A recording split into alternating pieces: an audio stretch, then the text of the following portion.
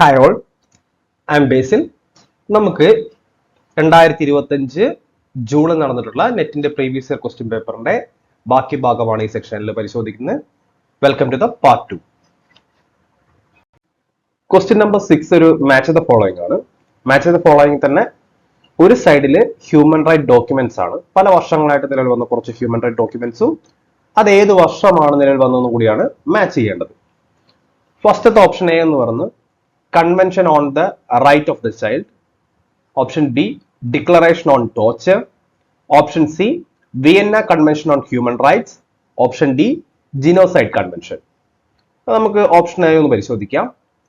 Convention on the right of the child എന്ന് പറയുന്നത് 1990 തന്നെ നിലവിൽ വന്നതാണ്. 1990 തന്നെ നിലവിൽ വന്നതാണ്. എ എന്ന് പറയുന്നത് 1 ആണ്. Declaration on the torture, treaty അല്ല ഇവിടെ പറയുന്നത്, വാക്ക് ശ്രദ്ധിക്കണം. ട്രീറ്റി അല്ല പറഞ്ഞിരിക്കുന്നത്. ട്രീറ്റിയും ഡിക്ലറേഷനും തമ്മിൽ വ്യത്യാസമുണ്ട്. അത് ഞാൻ നെക്സ്റ്റ് സ്ലൈഡിൽ പറയുന്നതായിരിക്കും. അപ്പൊ ആദ്യം പറഞ്ഞിരിക്കുന്നത് ഡിക്ലറേഷൻ ആണ്, തത്വങ്ങളാണ്.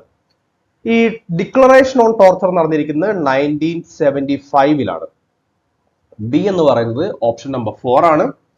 Vienna convention on human right നടന്നിരിക്കുന്നത് 1993 തന്നെയാണ്. പിന്നെ ജിനോസൈഡ് കൺവെൻഷൻ ഇതാണ് ആദ്യം നടന്നത് 1951. അപ്പോ ആൻസർ എന്ന് പറയുന്നത് A1, B4, C3, D2.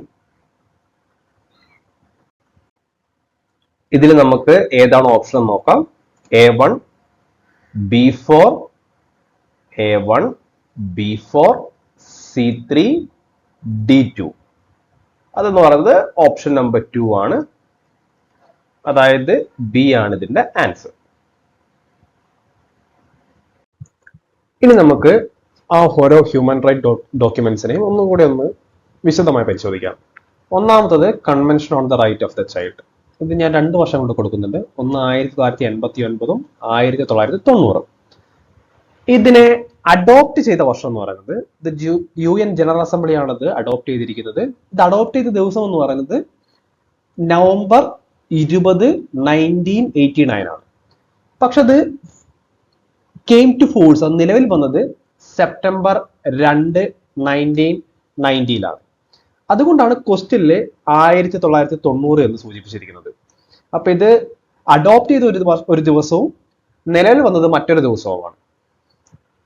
ഇത് ആദ്യത്തെ കുട്ടികളുടെ റൈറ്റിന് വേണ്ടിയിട്ടുള്ള first legally binding international instrument ആണ്.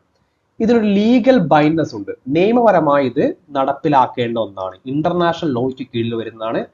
ഇത് നിയമപരമായി നടപ്പിലാക്കേണ്ടതാണ്. ഇത് first legally binding international instrument for child right ആണ്. കുട്ടികളുടെ അവകാശത്തിനായിട്ട് നിയമപരമായി മുന്നോട്ട് വെക്കുന്ന ആദ്യത്തെ ഇന്റർനാഷണൽ ഇൻസ്ട്രുമെന്റ് ആയിട്ട് നമുക്ക് കണക്കാക്കുന്നത് convention on the right of the child ആണ്. ഇതിൽ പലതരം റൈറ്റുകൾ കവർ ചെയ്യുന്നുണ്ട്. കവർ ചെയ്യുന്ന ഒന്നാമത്തെ റൈറ്റ് സിവിൽ റൈറ്റ് ആണ്. പൊളിറ്റിക്കൽ റൈറ്റ് കവർ ചെയ്യുന്നുണ്ട്, എക്കണോമിക് റൈറ്റ് കവർ ചെയ്യുന്നുണ്ട്, സോഷ്യൽ റൈറ്റ് കവർ ചെയ്യുന്നുണ്ട്, കൾച്ചറൽ റൈറ്റ് കവർ ചെയ്യുന്നുണ്ട്. ഈ ചിൽഡ്രൻ എന്ന് കണക്കാക്കുന്നത് 18 വയസ്സിന് താഴെയുള്ള ആൾക്കാരെ കൂടിയാണ്. Under the age of 18. 18 വയസ്സിന് താഴെയുള്ള ആളുകളുടെ multiple rights, civil, political, economical, social and cultural റൈറ്റ്സിനെ ഈ convention on the right of the child അഥവാ CRC കവർ ചെയ്യുന്നുണ്ട്. ഇത് one of the widely ratified human right ട്രീറ്റിയാണ്. അതായത് ഒരുപാട് രാജ്യങ്ങൾ ഇതിൽ പങ്കാളിയായിട്ടുണ്ട്. ആ നമ്പർ എന്ന് പറയുന്നത് 196 ആണ്. 196 രാജ്യങ്ങൾ ഈ CRCയുടെ ട്രീറ്റിയിൽ സൈൻ ചെയ്തും ലീഗലി ബൗണ്ടഡുമാണ് കുട്ടികളുടെ അവകാശങ്ങൾ സംരക്ഷിക്കാനായിട്ട്. പ്രധാനമായും 4 പ്രിൻസിപ്പിൾസ് ആണ് ഈ CRCയിൽ വരുന്നത്. ഒന്നാമത്തെ നോൺ ഡിസ്ക്രിമിനേഷൻ. നോൺ ഡിസ്ക്രിമിനേഷൻ കൊണ്ട് ഉദ്ദേശിക്കുന്നത് ഇനി കുട്ടികളുടെ അവകാശങ്ങൾ എന്ന് പറയുമ്പോൾ അവരുടെ സ്ഥലം, ജാതി, മതം, വർഗം, വർണ്ണം അങ്ങനെ എന്തെങ്കിലും ഒരു കാറ്റഗറി കൊണ്ട് നമുക്ക് വേർതിരിച്ചു കൊടുക്കാൻ പറ്റില്ല. ഡിസ്ക്രിമിനേഷൻ നടത്താൻ പാടില്ല. എല്ലാവർക്കും തുല്യ അവകാശമാണ്. അവർ ഏത് വിഭാഗത്തിൽ നിന്നവരായിരിക്കും, ഏത് ഭൂഖണ്ഡത്തിൽ നിന്നായിരിക്കും, ഏത് സാമൂഹിക ചുറ്റുപാടാണ്, ഇതൊന്നും അവരുടെ അവകാശങ്ങളെ നിഷേധിക്കുന്നതിനോ അവകാശങ്ങളെ തട്ടിയെടുക്കുന്നതിനോ കാരണമാകാൻ പാടില്ല. അതുകൊണ്ടാണ് അതിന്റെ കോർ പ്രിൻസിപ്പിൾ ആയിട്ട് ഒന്നാമെന്ന് പറയുന്നത് നോൺ ഡിസ്ക്രിമിനേഷൻ ആണ് എന്നുള്ളത്. രണ്ടാമത് best interest of the child. ഇപ്പോ പലതരം സ്ഥാപനങ്ങൾ ഉണ്ടാവും. സ്റ്റേറ്റ് ഉണ്ടാവും, ഗവൺമെന്റ്സ് ഉണ്ടാവും, ലെജിസ്ലേറ്റീവ് ബോഡി ഉണ്ടാവും, പ്രൈവറ്റ് സ്ഥാപനങ്ങൾ ഉണ്ടാവും. എന്ത് തന്നെ ഇരുന്നാലും അവരുടെ പ്രൈമറി ഒബ്ജക്റ്റീവ് എന്ന് പറയുന്നത് best interest of the student, ഒരു ചൈൽഡ് ആയിരിക്കണം. അതായത് ഒരു ചൈൽഡിന്റെ ലഭിക്കാവുന്ന ഏറ്റവും മികച്ച രീതിയിലുള്ള എന്ത് സൗകര്യങ്ങളാണോ അല്ലെങ്കിൽ സാഹചര്യങ്ങളാണോ സൃഷ്ടിക്കേണ്ടത് അതിനായിരിക്കണം പ്രൈമറി കൺസേൺ നൽകേണ്ടതെന്നാണ് CRC റൈറ്റ് പറയുന്നത്. പിന്നെ right to life and development അടുത്ത പോയിന്റ് ആണ്. റൈറ്റ് ലൈഫ് ആൻഡ് ഡെവലപ്മെന്റ് എന്ന് പറഞ്ഞാൽ ഇതൊരു ഇൻഹെറിറ്റന്റ് ആയിട്ടൊരു റൈറ്റ് ഒരു കുട്ടിക്കുണ്ട്. ഇൻഹെറിറ്റഡ് റൈറ്റ് എന്ന് ഉദ്ദേശിക്കുന്നത് സ്റ്റേറ്റിന് ആ റൈറ്റ് എടുത്തു കളയാൻ സാധിക്കില്ല. സ്റ്റേറ്റിനോ അല്ലെങ്കിൽ ഏതൊരാളുകൾക്കോ ആ റൈറ്റ് ഇല്ല എന്നോ റൈറ്റിനെ എടുത്തു കളയാനോ സാധിക്കില്ല. അവരുടെ പ്രധാനപ്പെട്ട റൈറ്റ് ആണ് right to life and development. കുട്ടിയായിരിക്കുന്ന രീതിയിൽ തന്നെ വളർച്ച പ്രാപിക്കുവാനും കുട്ടിയായിരിക്കുമ്പോൾ തന്നെ ജീവിച്ചിരിക്കുവാനുമുള്ള ഒരു അവകാശമുണ്ട്. അതിന് പല സാഹചര്യങ്ങൾ ഒത്തുവരണം. നല്ല ഫുഡ് ലഭിക്കണം, നല്ല ഹെൽത്ത് ലഭിക്കണം, നല്ല എഡ്യൂക്കേഷൻ ലഭിക്കണം. ഇതെല്ലാം ലഭിക്കുവാൻ അങ്ങനെ മൾട്ടിപ്പിൾ ഫാക്ടേഴ്സ് ഉണ്ട്. ഇതെല്ലാം ഒരുമിച്ച് ലഭിക്കുവാൻ ഒരു കുട്ടിക്ക് പൂർണ്ണമായ അവകാശമുണ്ടെന്ന് പറയപ്പെടുന്ന ട്രീറ്റിയാണ് convention on the right of the child. മൂന്നാമത് right the view of the children. ഒരു കുട്ടിയെ കാണുന്ന സമയത്ത് അവർ അഭിപ്രായമില്ലാത്ത അല്ലെങ്കിൽ ഒരു കാഴ്ചപ്പാടില്ലാത്ത ഒരാളായിട്ട് കണക്കാക്കാൻ പാടുള്ളതേ അല്ല.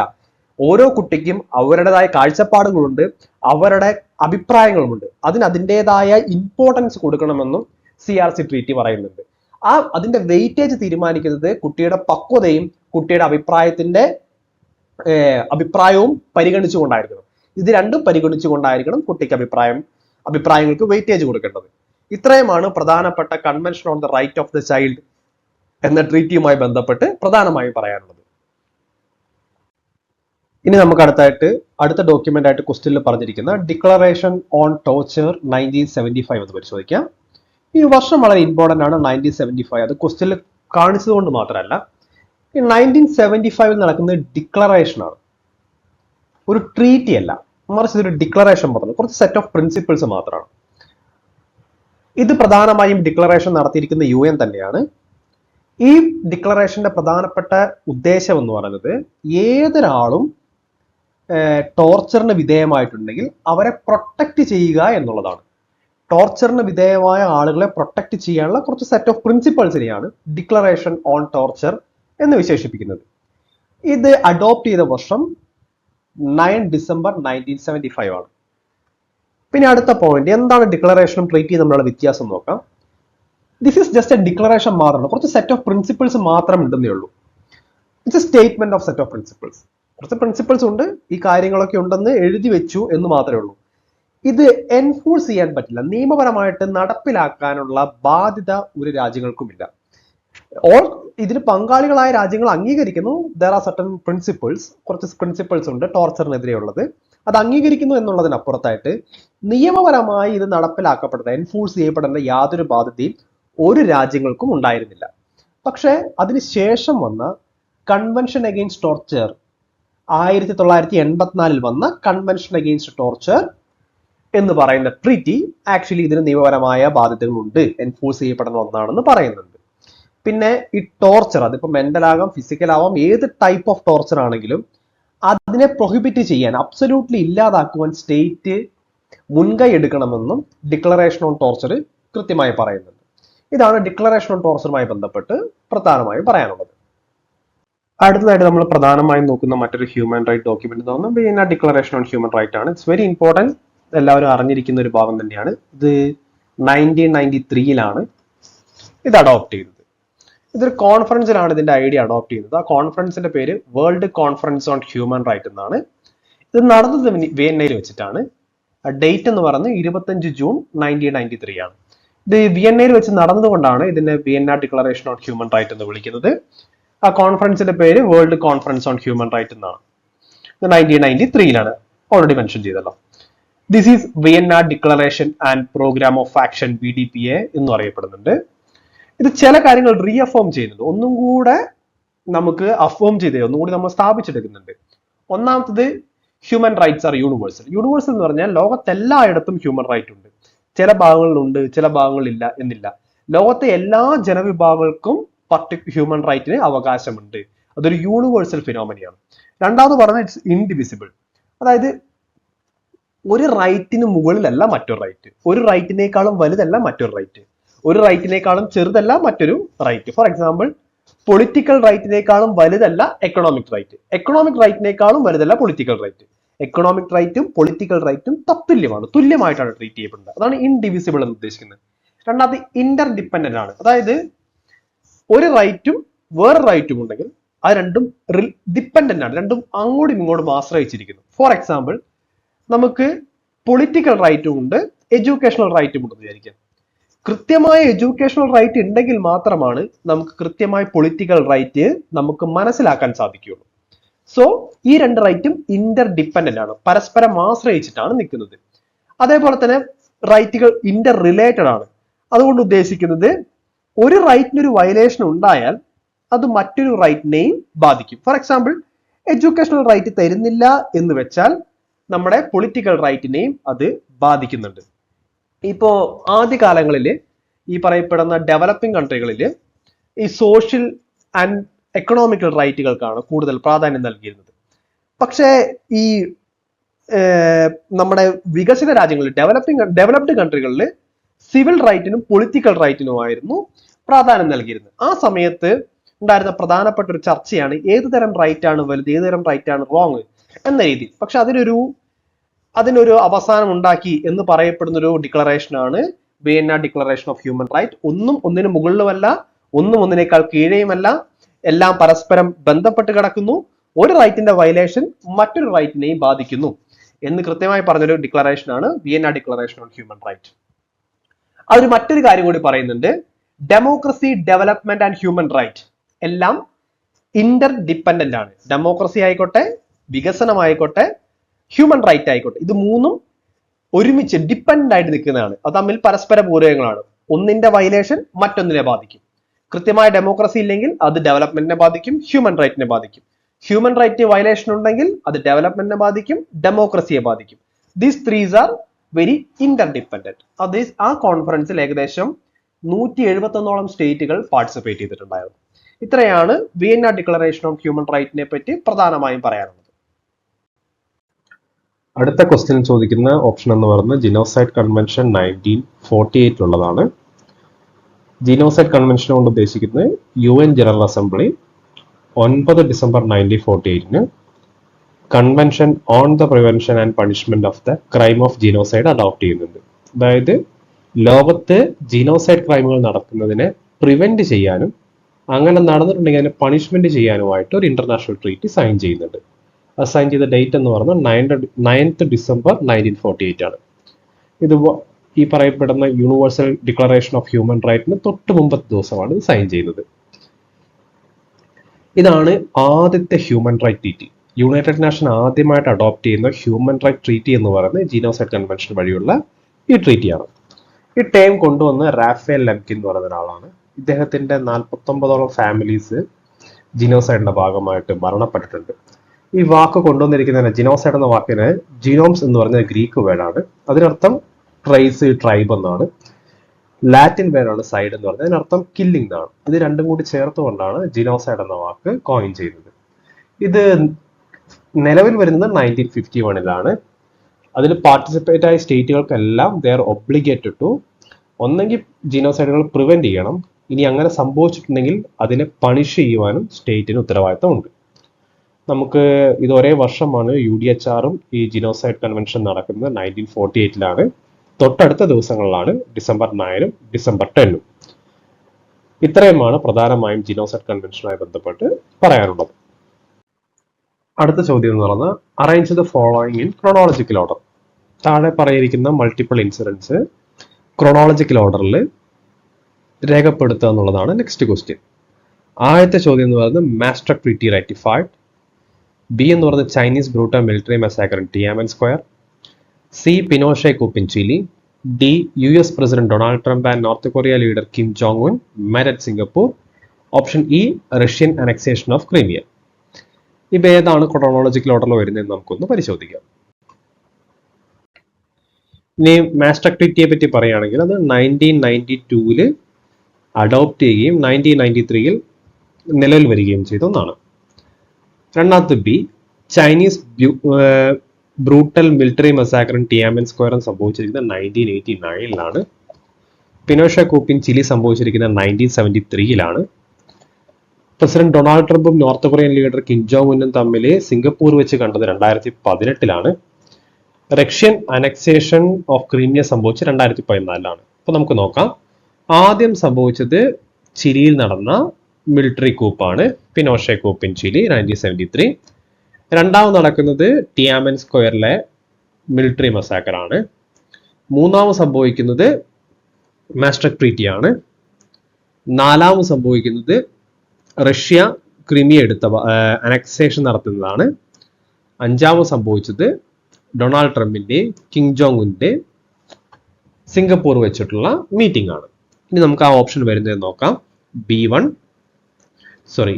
C1, B2, പിന്നെ അതിനുശേഷം വരുന്ന എ, അതിനുശേഷം വരുന്ന ഇ, അതിനുശേഷം വരുന്നത് ഡി. ഓപ്ഷൻ 4 ആണ്. CBAED. ഓപ്ഷൻ 4 ആണ് ഇതിന്റെ റൈറ്റ് ആൻസർ. ഓക്കെ, നമുക്ക് ഓരോ ഇൻസിഡൻസും സെപ്പറേറ്റ് ആയിട്ട് പരിശോധിക്കാം. ആദ്യം നമ്മൾ നോക്കാൻ പോകുന്നത് പിനോഷെ കൂയിൻ ചിലി 1973 ആണ്. ഈ 1973 ഈ ഇൻസിഡന്റ് നമ്മൾ പ്രധാനമായും അമേരിക്ക കോൾഡ് വാർ പീരീഡിൽ അവരുടെ ഒരു അതോറിറ്റേറിയൻ റിജീം എങ്ങനെയാണ് ലാറ്റിൻ അമേരിക്ക പോലത്തുള്ള ഡെവലപ്പിംഗ് രാജ്യങ്ങളിൽ നടപ്പിലാക്കിയത്, അല്ലെങ്കിൽ അണ്ടർ ഡെവലപ്മെന്റ് രാജ്യങ്ങളിൽ നടപ്പിലാക്കിയത് എന്നതിന്റെ ക്ലാസിക്കൽ എക്സാമ്പിളായി ഈ ഇൻസിഡൻസിനെ നമുക്ക് പരിശോധിക്കാം. 1970s ചിലിയിൽ ഡെമോക്രാറ്റിക്കലി എലക്ടഡ് ആയ ഒരു സോഷ്യലിസ്റ്റ് ലീഡർ ഉണ്ടായിരുന്നു. അദ്ദേഹത്തിന്റെ പേരാണ് സാൽവദോർ അലൻഡെ എന്നുള്ളത്. അദ്ദേഹത്തെ വയലന്റ് ആയ ഒരു പട്ടാള അട്ടിമറിയിലോടുകൂടി ജനറൽ അഗസ്റ്റോ പിനോഷെ മറിച്ചിടുകയാണ്. അതിനുശേഷം ഈ ജനറൽ അഗസ്റ്റോ പിനോഷെ അധികാരത്തിലേക്ക് വരുന്നുണ്ട്. ഈ തെരഞ്ഞെടുക്കപ്പെട്ട സർക്കാരിനെ അട്ടിമറിച്ച് വയലന്റ് ആയ ഒരു അട്ടിമറിയിലോടുകൂടി അധികാരത്തിൽ വരാൻ ഈ ജനറൽ അഗസ്റ്റോ പിനോഷയെ സഹായിക്കുന്നത് രണ്ടാളുകളാണ്. ഒന്ന് ചിലിയൻ മിലിറ്ററിയും, രണ്ട് അമേരിക്കയുടെ CIA-യുമാണ്. ഈ അട്ടിമറിയുടെ സമയത്ത് തന്നെ ഈ സോഷ്യലിസ്റ്റ് ലീഡർ സാൽവദോർ അലൻഡെ മരണപ്പെടുന്നുണ്ട്.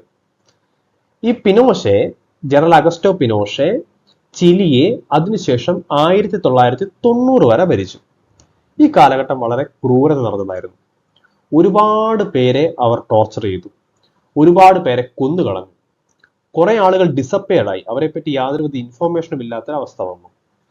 ഈ പറയപ്പെടുന്ന കാലഘട്ടത്തെ അല്ലെങ്കിൽ ഇൻസിഡൻസിനെ ഒരു ക്ലാസിക്കൽ എക്സാമ്പിൾ ഓഫ് കോൾഡ് വാർ സമയത്ത് എങ്ങനെയാണ് US ഈ ഡെവലപ്പിംഗ് കൺട്രികളെ കണ്ടിരുന്നത് എന്നതിൻ്റെ ഒരു ക്ലാസിക്കൽ എക്സാമ്പിൾ ആയിട്ട് നമുക്ക് ചൂണ്ടിക്കാണിക്കാവുന്നതും പഠിക്കുവാനും സാധിക്കുന്ന ഒരു മിലിറ്ററി കൂ ആണ് ചിലിയിൽ നടന്ന പിനോഷെ കൂയിൻ ചിലി 1973. ഈ ടിയാമൻ സ്ക്വയർ മസാക്കർ ആണ് അടുത്തതായിട്ട് പറഞ്ഞിരിക്കുന്നത്. ഇത് ചൈനയിലാണ് സംഭവിച്ചിരിക്കുന്നത്. ചൈനയിലെ ബീജിംഗിൽ ടിയാമൻ സ്ക്വയറിൽ പ്രോ ഡെമോക്രാറ്റിക് ആയിട്ടുള്ള ഡെമോക്രസി വേണമെന്ന് ആവശ്യപ്പെടുന്ന യുവാക്കളും സ്റ്റുഡൻസും വർക്കേഴ്സും കൂടെ മുന്നോട്ട് വന്നു. വലിയ രീതിയിൽ ആഴ്ചകളോളം നീണ്ടുന്ന പ്രൊട്ടസ്റ്റ് ഉണ്ടായിരുന്നു. ഈ പ്രൊട്ടസ്റ്റിനെ അറ്റാക്ക് ചെയ്യാനായി ചൈനീസ് ഗവൺമെന്റ് പട്ടാളത്തെയും പിന്നെ പട്ടാളത്തിൽ ഉപയോഗിക്കുന്ന ടാങ്കുകളും ഇങ്ങനെ മെഷീൻസ് ടാങ്കുകളെല്ലാം കൊണ്ടുവരികയും അവിടെ ഉണ്ടായിരുന്ന പ്രൊട്ടസ്റ്റേഴ്സിനെതിരെ ഇത് ഉപയോഗിക്കുകയും ചെയ്തു എന്നുള്ളതാണ് ടിയാമൻ സ്ക്വയറിൽ പറഞ്ഞ ഇൻസിഡൻസ്. അതിന്റെ ഭാഗമായി നിരവധി ആളുകൾ കൊല്ലപ്പെട്ടു. ഈ മസാക്കറിനെയാണ് ടിയാമൻ സ്ക്വയർ മസാക്കർ എന്ന് വിളിക്കുന്നത്. ഇത് സംഭവിച്ചത് ജൂൺ 1989 ആ സമയത്ത് ഉണ്ടായിരുന്ന ടാങ്ക് മാൻ എന്ന് പറയുന്ന ഒരു ഇമേജ് അല്ലെങ്കിൽ ഒരു ഫോട്ടോഗ്രാഫ് വളരെ ഫേമസ് ആണ്. അത് ലോകത്തൊരു റെസിസ്റ്റൻസിന്റെ ഒരു സിമ്പിളായിട്ട് തന്നെ ഇപ്പോൾ ഉപയോഗിക്കുന്നുണ്ട്. പിന്നെ അതിനുശേഷം ടിയാമൻ സ്ക്വയർ ഇൻസിഡന്റിന് ശേഷം വലിയ രീതിയിലുള്ള പ്രതിഷേധങ്ങൾ ചൈനയ്ക്കെതിരെ ലോകരാജ്യങ്ങളിൽ ഉണ്ടാകുകയും പല രീതിയിലുള്ള സാങ്ഷൻസും ചൈനയ്ക്കെതിരെ ഉണ്ടാകുകയും എന്നൊരവസ്ഥ ഉണ്ടായിട്ടുമുണ്ട്. അപ്പോൾ ടിയാമൻ സ്ക്വയർ എന്ന് പറയുന്നത് പ്രോ ഡെമോക്രാറ്റിക് ആയി സമരം ചെയ്ത വിദ്യാർത്ഥികളെയും തൊഴിലാളികളെയും ചൈനീസ് ഗവൺമെന്റ് മിലിറ്ററിയും ടാങ്കും ഉപയോഗിച്ച് അറ്റാക്ക് ചെയ്യുകയും നിരവധി പേർ മരണപ്പെടുകയും ചെയ്തു. ആ ഇൻസിഡൻസിനെയാണ് ടിയാമൻ സ്ക്വയർ മസാക്കർ എന്ന് വിളിക്കുന്നത്. ഈ മാസ്ട്രിക്ട് ട്രീറ്റി എന്ന് പറയുന്നത്, ഈ മാസ്ട്രിക്ട് ഒരു നെതർലാൻഡ് ഒരു സ്ഥലമാണ്. അവിടെ വെച്ചിട്ടാണ് ഈ ട്രീറ്റി സൈൻ ചെയ്തത്. അതുകൊണ്ടാണ് മാസ്ട്രിക്ട് ട്രീറ്റി എന്ന് പറയുന്നത്. ഇത് യൂറോപ്യൻ യൂണിയൻ ഉണ്ടാകുവാനുള്ള കാരണമായ ട്രീറ്റി എന്ന് പറയുന്നത് മാസ്ട്രിക്ട് ട്രീറ്റിയാണ്. ഇത് വളരെ ഇമ്പോർട്ടൻ്റ് ആണ്. ഈ ട്രീറ്റി സൈൻ ചെയ്തത് ഫെബ്രുവരി 1992 നിലവിൽ വന്നത് 1 നവംബർ 1993 സൈൻ ചെയ്തത് ഫെബ്രുവരി 1992 നിലവിൽ വന്നത് 1993 ഇതാണ് യൂറോപ്യൻ യൂണിയൻ നിർമ്മിക്കുന്നതും യൂറോ എന്ന കറൻസിക്ക് ഉണ്ടാകാൻ കാരണമായി വഴി തെളിയിച്ചതും ഈ ട്രീറ്റിയാണ്. ഇത് ക്വസ്റ്റ്യൻ ചോദിക്കുന്ന റാക്ടിഫൈഡ് ഏത് വർഷമാണെന്നാണ്. അത് റാക്ടിഫൈഡ് ആയിരിക്കുന്നത് സൈൻ ചെയ്ത വർഷമല്ല ചോദിക്കുന്നത്, റാക്ടിഫൈഡ് ആണ്. റാക്ടിഫൈഡ് 1993 അതുകൊണ്ട് 1993 ആണ് ഈ മാസ്ട്രിക്ട് ട്രീറ്റി ഓഫ് റാക്ടിഫൈഡിന് നമ്മൾ കൊടുക്കുന്നത്. ഇതാണ് പ്രധാനപ്പെട്ട 3 പില്ലേഴ്സ് യൂറോപ്യൻ യൂണിയൻ ഉണ്ടായത്. European communities, common foreign and security policy, justice and home affairs തുടങ്ങിയ പില്ലേഴ്സ് മുഴുവൻ ഉണ്ടാകുവാൻ ധാരണ തീരുമാനിച്ചത് ഈ മാസ്ട്രിക്ട് ട്രീറ്റിയിൽ നിന്നുകൊണ്ടാണ്. ഇത് തന്നെയാണ് ഇവിടെ വെച്ചിട്ടാണ് യൂറോപ്യൻ യൂണിയൻ സിറ്റിസൺഷിപ്പും പിന്നെ യൂറോ എന്ന് പറയുന്ന നാണയം ഉണ്ടാക്കുവാനും തീരുമാനമെടുത്തതും ഈ ട്രീറ്റിയുടെ ഭാഗമായിട്ടാണ്. അതുകൊണ്ട് തന്നെ യൂറോപ്യൻ യൂണിയന്റെയും യൂറോപ്യൻ പൊളിറ്റിക്സിന്റെയും വളരെ പ്രധാനപ്പെട്ട ഒരു ട്രീറ്റിയാണ് മാസ്ട്രിക്ട് ട്രീറ്റി എന്ന് പറയുന്നത്. ഇത് സൈൻ ചെയ്ത 1992 റാറ്റിഫൈഡ് ചെയ്തത് 1993 ഓക്കെ, നമുക്കിനി അടുത്തതായിട്ടൊരു മേജർ ഇന്റർനാഷണൽ ഇൻസിഡന്റ് ആയിട്ട് പോയിന്റ് ഔട്ട് ചെയ്തിരിക്കുന്നത് റഷ്യൻ അനക്സേഷൻ ഓഫ് ക്രിമിയാണ്. ക്രിമിയ എന്ന് പറയുന്ന പ്രദേശം റഷ്യയുമായിട്ട് എങ്ങനെ കൂട്ടിച്ചേർത്തു, അതുമായി ബന്ധപ്പെട്ട ഇൻസിഡൻസ് ആണ് പറയുന്നത്. ഇത് നടന്നിരിക്കുന്നത് 2014 മാർച്ചിലാണ്. ഒന്നുകൂടി പോയിന്റ് ഔട്ട് ചെയ്യാം, 2014 മാർച്ചിലാണ്. നമുക്ക് ഈ വിഷയത്തെ പറ്റി മനസ്സിലാക്കണമെങ്കിൽ ആദ്യം ഇവിടെ പോയിന്റ് ഔട്ട് ചെയ്തതുപോലെ Euromaidan revolution in Ukraine അതെന്താണെന്നൊരു ഐഡിയ നമുക്ക് ഉണ്ടാവണം. ഇതിന്റെ ബാക്ക്ഗ്രൗണ്ടിനെ പറ്റി ഒരു ധാരണ ഉണ്ടെങ്കിൽ മാത്രമാണ് ഈ റഷ്യൻ അനക്സേഷൻ ഓഫ് ക്രിമിയ എന്താണെന്ന് മനസ്സിലാക്കുള്ളൂ. 2013 അവസാനത്തോടു കൂടി യുക്രൈൻ പ്രസിഡന്റ് യൂറോപ്യൻ യൂണിയനുമായിട്ടുള്ള എല്ലാവിധ ട്രീറ്റിയും ക്യാൻസൽ ചെയ്യുകയും റഷ്യയുമായി കച്ചവടത്തിൽ സഹകരിക്കാൻ തീരുമാനിക്കുകയും ചെയ്തു. ഇതിനെതിരെ യുക്രൈനിൽ വലിയ രീതിയിലുള്ള പ്രതിഷേധം ഉണ്ടായി. അങ്ങനെ യുക്രൈൻ പ്രസിഡന്റ് റഷ്യയിലേക്ക് പലായനം ചെയ്തു. അതിനുശേഷം യൂറോസെൻട്രിക് ആയിട്ടുള്ള യൂറോപ്പ് നിയന്ത്രിതമായിട്ടുള്ള ഭരണകൂടം യുക്രൈനിൽ അധികാരത്തിലെത്തി. അധികാരത്തിലെത്തിയ യൂറോസെൻട്രിക് ആയ ഭരണകൂടത്തെ ഒരു പൊളിറ്റിക്കൽ ത്രെട്ട് ആയിട്ടാണ് റഷ്യ കണ്ടിരുന്നത്. യൂറോപ്പിന് റഷ്യയെ ആക്രമിക്കാൻ ഏറ്റവും കൂടുതൽ സാധ്യത ഉണ്ടായിരുന്ന പ്രദേശമായിരുന്നു യുക്രൈൻ. അങ്ങനെ ഒരു സാഹചര്യം വന്നു ചേർന്നാൽ അതൊരു പൊളിറ്റിക്കൽ ത്രെട്ട് ആയിട്ട് റഷ്യ കണ്ടിരുന്നു. അങ്ങനെ റഷ്യ എന്ത് ചെയ്തു വെച്ചാൽ റഷ്യ ക്രിമിയ എന്ന് പറയുന്ന സ്ഥലത്തേക്ക് ആളുകളെ അയക്കുകയും അവിടെ ഒരു റഫറൻഡം നടപ്പിലാക്കുകയും 97% ആളുകൾ റഷ്യയോട് ചേരാൻ താല്പര്യപ്പെടുന്നു എന്ന രീതിയിൽ റഫറൻഡം പാസ്സാക്കിയെടുക്കുകയും ചെയ്തു. ഇതാണ് ഇതിന്റെ ബാക്ക്ഗ്രൗണ്ട് എന്ന് പറയുന്നത്. സോ അത്തരത്തിൽ ക്രിമിയ എന്ന് പറയുന്ന പ്രദേശത്തെ റഫറൻഡം പാസ്സാക്കി റഷ്യയോട് ഇൻകോപ്പറേറ്റ് ചെയ്ത സമയമാണ് മാർച്ച് 2014. പക്ഷെ ഇന്റർനാഷണൽ ലോസും UN ഒക്കെ പറയുന്നത് ഇത് ഇല്ലീഗലാണ്, it is against international law എന്നാണ് അവർ വാദിക്കുന്നത്. പിന്നീട് അവരെ വിളിക്കുന്നത് first forcible annexation of European territory since world war 2 ആണ്. വേൾഡ് വാർ 2 ശേഷം ഫോഴ്സ് ഉപയോഗിച്ചുകൊണ്ട് ഒരു യൂറോപ്യൻ പ്രദേശം മറ്റൊരു രാജ്യത്തിന്റെ ഭാഗമായി മാറിയത് രണ്ടാം വേൾഡ് വാറിന് ശേഷം ഇതാദ്യമായിട്ടാണ് വിശേഷിപ്പിക്കുന്നത്. ഇതിനെതിരെ UN ജനറൽ അസംബ്ലി ഒരു റെസൊല്യൂഷൻ പാസ്സാക്കുകയും ഈ റഫറൻഡം ഇൻവാലിഡ് ആണെന്ന് പറയുകയും ചെയ്തിട്ടുണ്ട്. അതിനുശേഷം പലതരത്തിലുള്ള സാങ്ഷൻസും ജിയോ പൊളിറ്റിക്കൽ ക്രൈസിസും അതിനുശേഷം ഉണ്ടായ യുദ്ധമെല്ലാം ഈ റഷ്യ ഉക്രൈൻ യുദ്ധമെല്ലാം നമ്മൾ കണ്ടതുമാണ്. ഇതാണ് റഷ്യൻ അനക്സേഷൻ ഓഫ് ക്രിമിയയുമായി ബന്ധപ്പെട്ട് പ്രധാനമായും പറയുവാനുള്ളത്. ഓക്കെ, നമുക്ക് അടുത്ത പ്രധാനപ്പെട്ട ഇൻസിഡന്റ് എന്ന് പറയുന്നത് കിം ജോങ് ഉന്നും ട്രംപും തമ്മിലുള്ള സിംഗപ്പൂർ സബ്മിറ്റ് ആണ്. ഇത് നടന്നത് 2018. ഇനി എന്താണ് ഇതിന്റെ സിഗ്നിഫിക്കൻസ് എന്ന് പരിശോധിക്കാം. ഏറ്റവും വലിയ സിഗ്നിഫിക്കൻസ് ഈ പറയപ്പെടുന്ന നോർത്ത് കൊറിയ ആണെങ്കിലും അമേരിക്കയും ആണെങ്കിലും വലിയ ദൂരത്തുള്ള രാജ്യങ്ങളല്ല. ഇവർക്ക് 2 പേർക്കും ന്യൂക്ലിയർ വെപ്പൺസ് ഉണ്ട്. ഒരു രാജ്യം അത് അമേരിക്ക നോർത്ത് കൊറിയനെയും നോർത്ത് കൊറിയയ്ക്ക് അമേരിക്കയും ന്യൂക്ലിയർ വെപ്പൺ കൊണ്ട് അറ്റാക്ക് ചെയ്യാൻ സാധിക്കും. ശരിക്കും 2 രാജ്യങ്ങളുടെയും സെക്യൂരിറ്റി ക്രൈസിസ് ഉണ്ട്. ശരിക്കും അമേരിക്ക ഇത് ഒരു തരത്തിലും അംഗീകരിക്കുവാൻ സമ്മതിക്കുന്ന ഒരു കാര്യമല്ല, അമേരിക്കയുടെ സെക്യൂരിറ്റി ത്രെട്ട്. എന്നാൽ 2016-17 കാലഘട്ടങ്ങളിൽ multiple times Kim Jong Un nuclear test നടപ്പിലാക്കുന്നുണ്ട്. പലതരം ന്യൂക്ലിയർ വെപ്പൺസും മിസൈൽസും ഒക്കെ പരീക്ഷിക്കുന്നുണ്ട്. അതിന്റെ ഭാഗമായി 2017 ട്രംപ് ഇവരെ കിം ജോങ് ഉന്നിനെ റോക്കറ്റ് മാൻ എന്ന് വിളിച്ച് അധിക്ഷേപിക്കുന്നുണ്ട്. അതിന് മറുപടിയായിട്ട് കിം ജോങ് ഉൻ ട്രംപിനെ പ്രായം കൊണ്ട് ഓർമ്മ നഷ്ടപ്പെട്ട കിളവൻ എന്ന രീതിയിലും കളിയാക്കുന്നുണ്ട്. പക്ഷെ ഇങ്ങനത്തെ ഒരു ശത്രുതാ മനോഭാവം രണ്ടുപേരും തമ്മിൽ നിലനിന്നിരുന്നെങ്കിലും പെട്ടെന്ന് 2018 സിംഗപ്പൂർ വെച്ച് രണ്ടുപേര് കാണുകയും അവർ തമ്മിൽ സമാധാന ഉടമ്പടി സൈൻ ചെയ്യുകയും ചെയ്തു. ഇത് ലോകരാജ്യങ്ങളെ പല രീതിയിൽ ഞെട്ടിച്ചതാണ്. അപ്പൊ അതിൽ കുറെ പല കാര്യങ്ങളിൽ പറയുന്നുണ്ട്. സമാധാന അന്തരീക്ഷം സൃഷ്ടിക്കണം, മറ്റു കാര്യങ്ങൾ പറയുമ്പോഴും ഈ നോർത്ത് കൊറിയ ഡീന്യൂക്ലിയറൈസേഷൻ ചെയ്യും, ന്യൂക്ലിയർ വെപ്പൺസിന് ഇല്ലായ്മ ചെയ്യാൻ ശ്രമിക്കും എന്ന് പറയുന്നുണ്ട്. പക്ഷെ അത് വളരെ വെയ്ഗ് ആയിട്ടുള്ള ഒരു സ്റ്റേറ്റ്മെന്റ് ആണ്. എങ്ങനെ, എന്തൊക്കെ രീതിയിൽ, എത്ര വേഗത്തിൽ, ഏതൊക്കെയാണ് ന്യൂക്ലിയർ വെപ്പൺസ് എന്നതിനെ പറ്റി ഒന്നും യാതൊരുവിധ ധാരണയും കൃത്യമായി ഡോക്യുമെന്റ് ചെയ്യപ്പെടുകയോ അല്ലെങ്കിൽ ലോകത്തോട് പറയുകയോ ചെയ്തിട്ടില്ല. അതിനുശേഷം പല സ്ഥലത്ത് അവർ കണ്ടുമുട്ടുകയും പല തരത്തിലുള്ള ട്രീറ്റുകൾ സൈൻ ചെയ്തെങ്കിലും അതിനൊന്നും വലിയ രീതിയിലുള്ള സിഗ്നിഫിക്കന്റ് ആയ ഒരു ഔട്ട്കം സൃഷ്ടിക്കുവാൻ സാധിച്ചിട്ടില്ല. ഈ പറയപ്പെടുന്ന ഇതാണ് മേജർ ലൈക്ക് അണ്ടർസ്റ്റാൻഡിങ് അബൌട്ട് ട്രംപിന്റെയും കിം ജോങ് ഉന്നിന്റെയും സിംഗപ്പൂർ സബ്മിറ്റുമായിട്ട് നമുക്ക് പറയാനുള്ളത്. നമുക്ക് നെക്സ്റ്റ് ക്വസ്റ്റ്യൻ പരിശോധിക്കാം. Article 370 was abrogated from Indian Constitution in March 2017, August 2019, November 2017, July 2018. Option A1, option B2, option C3, option D4. അതിന്റെ ആൻസർ എന്ന് പറയുന്നത് ഓഗസ്റ്റ് 2019 ആണ്. ഓപ്ഷൻ ബി 2 ആണ്. ഓഗസ്റ്റ് 2019 ആണ് ആർട്ടിക്കിൾ 370 ഇന്ത്യൻ കോൺസ്റ്റിറ്റ്യൂഷനിൽ നിന്നും അബ്രോഗേറ്റ് ചെയ്തത്.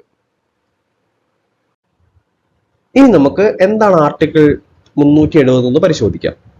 ആർട്ടിക്കിൾ 370 എന്ന് പറയുന്നത് ഇന്ത്യൻ കോൺസ്റ്റിറ്റ്യൂഷൻ തന്നെ, ശ്രദ്ധിക്കണം, ഇന്ത്യൻ കോൺസ്റ്റിറ്റ്യൂഷൻ തന്നെ ഒരു സ്പെഷ്യൽ ഓട്ടോണമസ് സ്റ്റാറ്റസ്, അതായത് സ്വയം ഭരിക്കുവാനുള്ള ഒരു അധികാരം ജമ്മു ആൻഡ് കാശ്മീർ എന്ന് പറയുന്ന സംസ്ഥാനത്തിന് കൊടുക്കുന്ന ആർട്ടിക്കിൾ ആണ് ആർട്ടിക്കിൾ 370. ഇന്ത്യൻ കോൺസ്റ്റിറ്റ്യൂഷൻ ഒരു ആർട്ടിക്കിൾ ആണ് 370, ആർട്ടിക്കിൾ ആയിരുന്നു 370. ഇത് പ്രധാനമായും ജമ്മു ആൻഡ് കാശ്മീരിന് ഒരു സ്പെഷ്യൽ ഓട്ടോണമസ് സ്റ്റാറ്റസ് കൊടുക്കുക, അവർക്ക് സ്വയം ഭരിക്കാനുള്ള ഒരു അവകാശം കൊടുക്കുന്ന ഒരു ആർട്ടിക്കിൾ ആണ് ആർട്ടിക്കിൾ 370 എന്നതുകൊണ്ട് ഉദ്ദേശിക്കുന്നത്. ഇനി നമുക്ക് അതിന്റെ ഹിസ്റ്റോറിക്കൽ ബാക്ക്ഗ്രൗണ്ടിലേക്ക് ഒന്ന് കടക്കാം. അങ്ങനെ പരിശോധിക്കുമ്പോൾ നമുക്ക് മനസ്സിലാവും, ഇന്ത്യയിൽ തന്നെ പല പ്രിൻസ്ലി സ്റ്റേറ്റുകൾ ഉണ്ടായിരുന്നു. അവർക്ക് പാർട്ടീഷന്റെ സമയത്ത് 2 ഓപ്ഷനാണ് പ്രധാനമായിട്ടുണ്ടായിരുന്നത്. 3 ഓപ്ഷനാണ് പ്രധാനമായിട്ടുണ്ടായിരുന്നത്. ഒന്നെങ്കിൽ ഇന്ത്യൻ യൂണിയനിൽ ചേരുക, അല്ലെങ്കിൽ പാകിസ്ഥാനിൽ ചേരുക, അല്ല എന്നുണ്ടെങ്കിൽ ഇൻഡിപെൻഡന്റ് ആയിട്ട് നിൽക്കുക. ഒരുപാട് പ്രിൻസ്ലി സ്റ്റേറ്റുകൾ നമ്മൾ ഈ പറയപ്പെടുന്ന ഇൻസ്ട്രുമെന്റ് ഓഫ് അസഷൻ എന്ന് പറഞ്ഞാൽ ആദ്യം സൈൻ ചെയ്യുകയാണ്. പ്രിൻസ്ലി സ്റ്റേറ്റും ഈ രാജ്യങ്ങളും തമ്മിൽ സൈൻ ചെയ്യുന്ന ഒരു ലീഗൽ ഡോക്യുമെന്റ് ആണ്. ഈ ഡോക്യുമെന്റ് അടിസ്ഥാനത്തിൽ ലിമിറ്റഡ് പവറുകൾ മാത്രമേ ഈ പ്രിൻസ്ലി സ്റ്റേറ്റിന്റെ ഈ രാജ്യങ്ങളിലേക്ക് ട്രാൻസ്ഫർ ചെയ്യുന്നുള്ളൂ. അതിന്റെ ഭാഗമായിട്ട് 1947 പാകിസ്ഥാൻ ജമ്മു കാശ്മീരിനെ ആക്രമിക്കുകയും ജമ്മു കാശ്മീർ സ്വന്തമാക്കാനും ശ്രമം നടത്തി.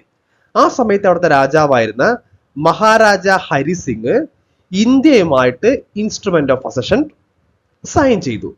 ഇതിന്റെ ഭാഗമായിട്ട് പ്രധാനമായും ഈ ഇന്ത്യൻ യൂണിയൻ അവിടെ ഭരിക്കാൻ സാധിക്കുക defence, foreign affairs, communication, finance എന്ന കാര്യങ്ങളിലാണ്.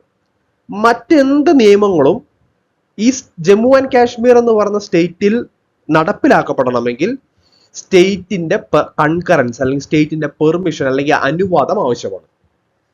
ഇതാണ് ആർട്ടിക്കിൾ 370 പ്രധാനമായും കൊടുക്കുന്നത്. ഈ ആർട്ടിക്കിൾ 370 പ്രകാരം ജമ്മു ആൻഡ് കാശ്മീരിന് സെപ്പറേറ്റ് അല്ലെങ്കിൽ സ്വന്തമായ ഒരു കോൺസ്റ്റിറ്റ്യൂഷൻ ഉണ്ട്, ഫ്ലാഗ് ഉണ്ട്, ഒരു നിയമസംഹിതയുണ്ട്, പീനൽ കോഡുകളും ഉണ്ട്. നമുക്ക് പരിശോധിച്ചു കഴിഞ്ഞാൽ article 35A gave Jammu Kashmir to define who are the permanent residents, അതായത് ആ നാട്ടിലെ പെർമനന്റായി താമസിക്കുന്ന ആൾക്കാർ ആരാണ്. ഫോർ എക്സാമ്പിൾ, നമുക്ക് നമ്മുടെ മറ്റ് സ്റ്റേറ്റുകളിലേക്ക് നമുക്ക് പൂർണ്ണമായി മാറി താമസിക്കുവാനും അല്ലെങ്കിൽ നമുക്ക് മറ്റൊരു സ്റ്റേറ്റിൽ പോയി ജീവിക്കുവാനൊക്കെ ഉള്ള വളരെ ഈസിയായും നോർമലായും നടക്കുന്ന പ്രോസസ്സാണ്. പക്ഷേ പെർമനന്റ് റെസിഡൻസ് ജമ്മു കാശ്മീരിൽ ആര് എന്ന് ഡിഫൈൻ ചെയ്യാനുള്ള അവകാശം ജമ്മു കാശ്മീരിന് എന്ന സ്റ്റേറ്റിന് ഇറ്റ്സെൽഫ് ഉണ്ട്. അതുകൊണ്ട് തന്നെ പുറത്തു നിന്നുള്ള ആളുകൾക്ക് അവിടെ ലാൻഡ് മേടിക്കുവാനോ അവിടെ സെറ്റിൽ ചെയ്യുവാനോ സാധ്യമായിരുന്നില്ല. ഇത്രയും കാര്യങ്ങളാണ് ഒരു ജനറൽ ഔട്ട്ലുക്ക് ആയിട്ട് ആർട്ടിക്കിൾ 370 പറ്റി പറയാനുള്ളത്. നമുക്ക് 9ാമത്തെ ക്വസ്റ്റ്യൻ പരിശോധിക്കാം. 9ാമത്തെ ക്വസ്റ്റ്യൻ എന്ന് പറയുന്നത് who stated war is merely A continuation of politics. യുദ്ധം എന്നത് രാഷ്ട്രീയത്തിന്റെ ഒരു തുടർച്ച മാത്രമാണ് എന്ന് പറഞ്ഞത് ആരാണെന്ന് നോക്കാം. ഓപ്ഷൻ 1 സൂസൻ സെറിക്, option 2 John Locke, option C Carl von Clausewitz, option D Adam Smith. ഇതിന്റെ ആൻസർ എന്താണെന്ന് നമുക്കൊന്ന് പരിശോധിക്കാം. ഈ ചോദ്യത്തിന്റെ ആൻസർ എന്ന് പറയുന്നത് കാൾ വോൺ ക്ലോസവിറ്റ്സ് ആണ്. അദ്ദേഹമാണ് പറഞ്ഞിരിക്കുന്നത് വാർ is merely A continuation of politics. Okay, നമുക്ക് നോക്കാം കാൾ വോൺ ക്ലോസവിറ്റ്സ് എന്താണ്, അദ്ദേഹത്തിന്റെ ബേസിക് മേജർ ആയിട്ടുള്ള ഐഡിയാസ് എന്തൊക്കെയാണ് എന്ന് നമുക്കൊന്ന് പരിശോധിക്കാം. അദ്ദേഹം ഒരു മിലിറ്ററി തിയറിസ്റ്റ് ആണ്. യുദ്ധങ്ങളെ പറ്റിയൊക്കെയാണ് പ്രധാനമായിട്ട് എഴുതിയിരിക്കുന്നത്. അദ്ദേഹത്തിന് വളരെ പ്രധാനപ്പെട്ട ഒരു വർക്ക് എന്ന് പറയുന്നത് ഓൺ വാർ ആയിരുന്നു. അദ്ദേഹം ഉള്ള സമയത്ത്, ജീവിച്ചിരിക്കുന്ന സമയത്ത് പബ്ലിഷ് ചെയ്യാൻ സാധിച്ചില്ല. അദ്ദേഹത്തിന്റെ ഭാര്യയാണ് പിന്നീട് പബ്ലിഷ് ചെയ്തിരിക്കുന്നത്. അദ്ദേഹം പ്രധാനമായിട്ട് പറയുന്ന ഒരു ഐഡിയ എന്ന് പറയുന്നത് വാറും പൊളിറ്റിക്സും സെപ്പറേറ്റ് അല്ല, അത് രണ്ടും ഒന്നിച്ചാണ്. വാർ എന്ന് പറയുന്നതേ ഒരു പൊളിറ്റിക്കൽ ആക്ടിവിറ്റിയാണ്. സാധാരണ പൊളിറ്റിക്കൽ ആക്ടിവിറ്റി വേറെ രാജ്യങ്ങളുമായിട്ട് ഉപയോഗിക്കുമ്പോൾ ഡിപ്ലോമസിയാണ് ഉപയോഗിക്കുക. പക്ഷെ വാർ നടക്കുന്ന സമയത്ത് ഡിപ്ലോമസിക്ക് പകരമായി മിലിറ്ററി ഫോഴ്സിൽ ഉപയോഗിക്കും. വാർ എന്ന് പറയുന്നതും ഒരു പൊളിറ്റിക്കൽ ആക്ടിവിറ്റീസോ അല്ലെങ്കിൽ പൊളിറ്റിക്കൽ ഒബ്ജക്റ്റീവോ നേടിയെടുക്കാൻ വേണ്ടി നടത്തുന്ന ആക്ട് ആണ്. സാധാരണ നമ്മൾ ഉപയോഗിക്കുന്ന വേറെ രാജ്യങ്ങളിൽ നിന്ന് സ്വന്തമാക്കാൻ ഡിപ്ലോമസി ആണെങ്കിൽ യുദ്ധത്തിന്റെ സമയത്ത് മിലിറ്ററി ഫോഴ്സ് ആയിരിക്കും എന്ന് മാത്രം. ഇതാണ് വ്യത്യാസം എന്നാണ് കാൾ വോൺ ക്ലോസവിറ്റ്സ് പറയുന്നത്. ഇനി എന്തിനാണ് ഒരു രാജ്യം യുദ്ധത്തിന് പോകുന്നത് എന്നുള്ളതാണ്. അവർ കുറച്ച് കാര്യങ്ങൾ അച്ചീവ് ചെയ്യേണ്ടതുണ്ട്. അത് പൊളിറ്റിക്കൽ ഒബ്ജക്റ്റീവ് ആയിരിക്കാം. ചിലപ്പോൾ കുറച്ച് രാജ്യത്തിന്റെ ടെറിട്ടറി നേടിയെടുക്കാനായിരിക്കാം, അതായിരിക്കാം പൊളിറ്റിക്കൽ ഒബ്ജക്റ്റീവ്. ചിലപ്പോൾ പവർ നേടിയെടുക്കുക എന്നുള്ളതാണ്, അതായിരിക്കാം ഒബ്ജക്റ്റീവ്. ചിലപ്പോൾ ആ രാജ്യത്തിന്റെ ഗവേണൻസിൽ ഇൻഫ്ലുവൻസ് ചെയ്യുക എന്നുള്ളതായിരിക്കാം. അങ്ങനെ പല ഫാക്ടേഴ്സ് ഉണ്ടാവും. ഇതെല്ലാം ഒരു സ്റ്റേറ്റിന്റെ പൊളിറ്റിക്കൽ ഒബ്ജക്റ്റീവ് ആണ്. അതായത് ഇപ്പോ എക്സ് എന്ന് പറയുന്നൊരു സ്റ്റേറ്റ് വൈ എന്ന് പറയുന്നൊരു സ്റ്റേറ്റിൽ ഇൻഫ്ലുവൻസ് ചെയ്യാൻ തീരുമാനിക്കുന്നു. എക്സിന് പല ഒബ്ജക്റ്റീവ്സ് ഉണ്ടാവാം. ആ ഒബ്ജക്റ്റീവ് എന്ന് പറയുന്നത് പൊളിറ്റിക്കൽ ഒബ്ജക്റ്റീവ് ആണ്. മേ ബി എക്സിന്റെ ലക്ഷ്യം എന്ന് പറയുന്നത് അവരുടെ ടെറിട്ടറി സ്വന്തമാക്കാം, അല്ലെങ്കിൽ വൈന്റെ പവർ നമുക്ക് ക്യാപ്ചർ ചെയ്യാം, അല്ലെങ്കിൽ ഇനി വൈ എങ്ങനെയാണോ ഭരിക്കുന്നത് അതിൽ ഇൻഫ്ലുവൻസ് ചെയ്യുക. 3 കാരണങ്ങൾ കൊണ്ടും എക്സ് ചിലപ്പോൾ വൈനെ എതിരെ യുദ്ധം ചെയ്യാൻ സാധ്യതയുണ്ട്. ഇനി എപ്പോഴാണ് ഈ യുദ്ധം അവസാനിക്കുന്നത് നോക്കാം. 2 സാഹചര്യങ്ങളാണ് യുദ്ധം അവസാനിക്കുക. ഒന്നെങ്കിൽ പൊളിറ്റിക്കൽ ഒബ്ജക്റ്റീവ് നമ്മൾ സ്വന്തമാക്കണം, അല്ലെങ്കിൽ പൊളിറ്റിക്കൽ ഒബ്ജക്റ്റീവ് അച്ചീവ് ചെയ്യാൻ സാധിക്കാത്തൊരവസ്ഥയിലേക്ക് എത്തണം. അങ്ങനെ ഏതെങ്കിലും ഒരു അവസ്ഥയിലേക്ക് വന്നാൽ ഒന്നെങ്കിൽ സ്വന്തമാക്കുക, അല്ലെങ്കിൽ ഒബ്ജക്റ്റീവ് സ്വന്തമാക്കാൻ സാധിക്കില്ല എന്നുള്ളൊരു അവസ്ഥയിലേക്ക് എത്തുക. ഏതവസ്ഥയിലേക്ക് വന്നാലും യുദ്ധം അവസാനിക്കുമെന്നാണ് കാൾ വോൺ ക്ലോസവിറ്റ്സ് പറയുന്നത്. അദ്ദേഹത്തിന്റെ പ്രധാനപ്പെട്ട കോൺസെപ്റ്റ് ആണ് ട്രിനിറ്റി ഓഫ് വാർ. 3 കാര്യങ്ങൾ യുദ്ധത്തിൽ സൈമുൾട്ടേനിയസ്ലി സംഭവിക്കണം. ഒന്നാമത്തത് പീപ്പിൾ. ജനങ്ങൾക്ക് യുദ്ധത്തിനോട് താല്പര്യമോ അല്ലെങ്കിൽ വിരോധമോ ഉണ്ടായിരിക്കണം.